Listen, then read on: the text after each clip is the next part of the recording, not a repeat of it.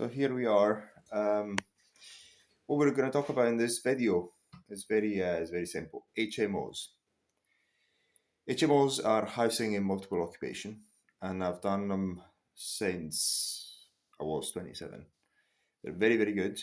They can make a building worth a lot, and at the moment I don't have many. Unfortunately, I've got only 3 large HMOs. One of which is going to be turned from 7 to 9 units into one building.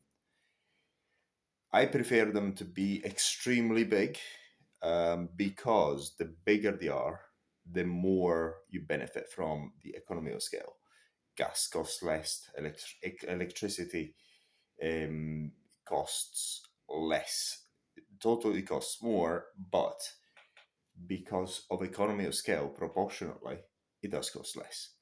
Maintenance costs less, everything. So you make much better profits.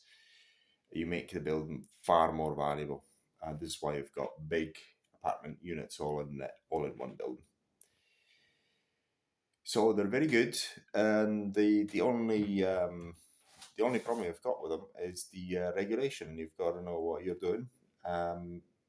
So if you want to know more about them, you can get in touch with me.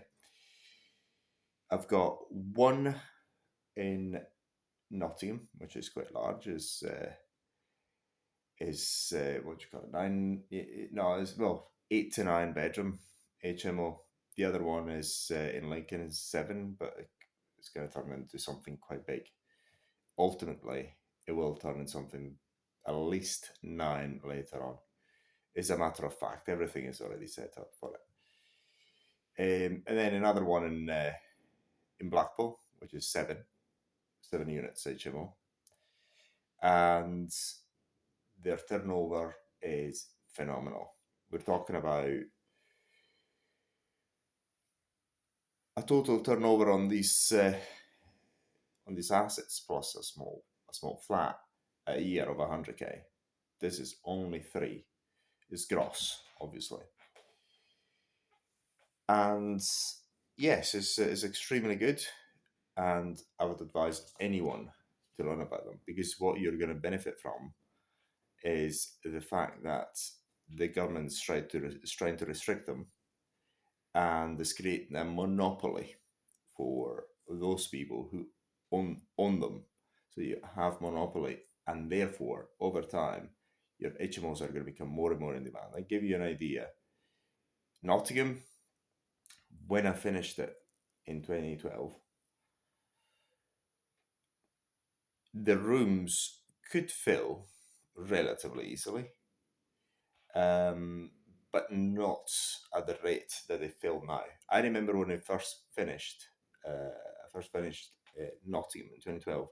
I was expecting the thing to fill up really quickly. In the winter, I got from December till March almost zero inquiries. I was very worried because I used loads of cash, all of my cash, and cash I didn't have as well. So, but my goodness, as soon as it filled up, and it's been full ever since, almost full occupancy most of the time. But now, the problem was maybe a room could we I would need I would have needed to wait maybe sometimes stop 6 weeks to fill a room, sometimes less than that, 1 week or less. But now it's ridiculous. I put an add-on, and the inquiries are ridiculous. The rents are ridiculous. I wish I had more rooms there. I've got a piece of land that's quite close to where the HMO is. I bought it for nothing, and I'm going to get planning permission sooner or later. When I'm older, I'm going to get planning permission. When I'm older, I'm going to get obviously more cash flow, more cash is going to be available. So I'll do that development later on. And Lincoln was quite similar. At the beginning in Lincoln, I've just done 2 refurbishments in Lincoln to make it into a 7. The first round of refurbishment, after that, it got filled quite quickly, relatively quickly. And then after a second round of refurbishment that made it into seven, I found it harder to find leads on Rightmove or spareroom.co.uk.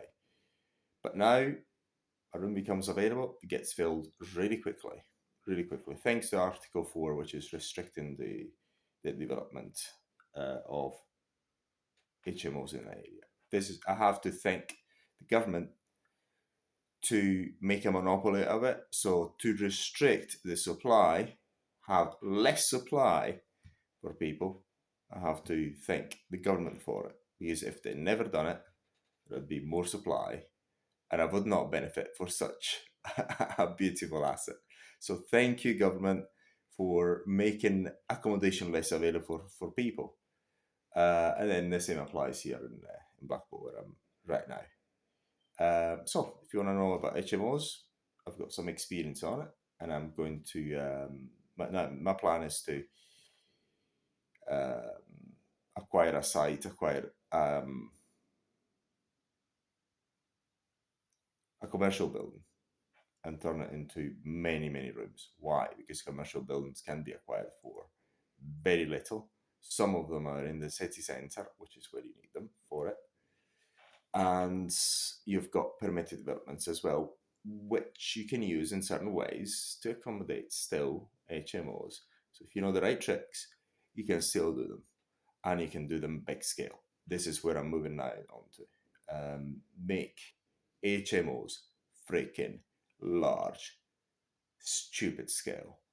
Because so far my strategy was to make HMOs extremely nice and largish, 7, 8, 9 bed HMOs units. But now not only am I going to make them large, extremely luxury,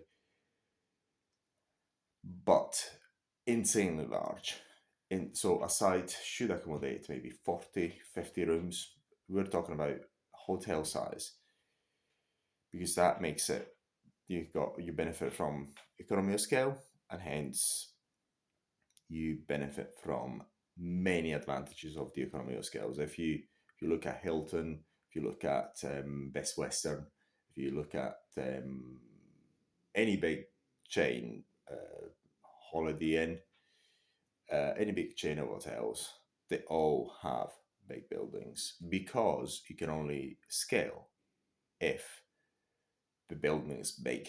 So there you go, another trick. So this is why I'm gonna go for something big in a only in one site, and I'll try to avoid as much as possible, unless I get very good deals, to get little houses or little places all scattered all over the place, which I will still do anyway. When the deal comes, I will not say no. Always have it. It's better to have something that cash flow and is positive than not have it. Also, what you notice in my case is that because I'm growing the portfolio, so I'm able to hire people that directly manage everything. So changing tenants, contracts, and things break, they don't have to contact me anymore. So I can get them scattered anywhere, because I never do the maintenance anyway. So other people do the maintenance. So doesn't matter where the assets are, I'm able to do them, to manage them so far over 10 years, for over 10 years remotely. So, yeah, hopefully you enjoyed it. If you want to know more about HMOs, and yeah, you know where to find me. Andreas Russo here.